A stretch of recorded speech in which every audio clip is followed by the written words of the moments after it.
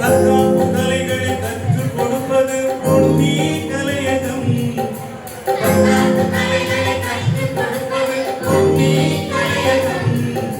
காவிய கலைகளை உயிர் பெற செய்வது பொன்னி கலையகம்.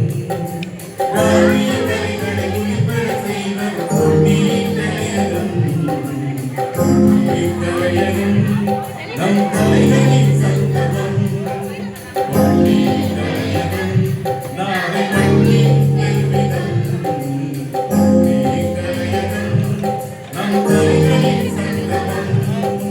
பொன்னி கலையகம் நாளை மண்ணின் பெருமிதம்.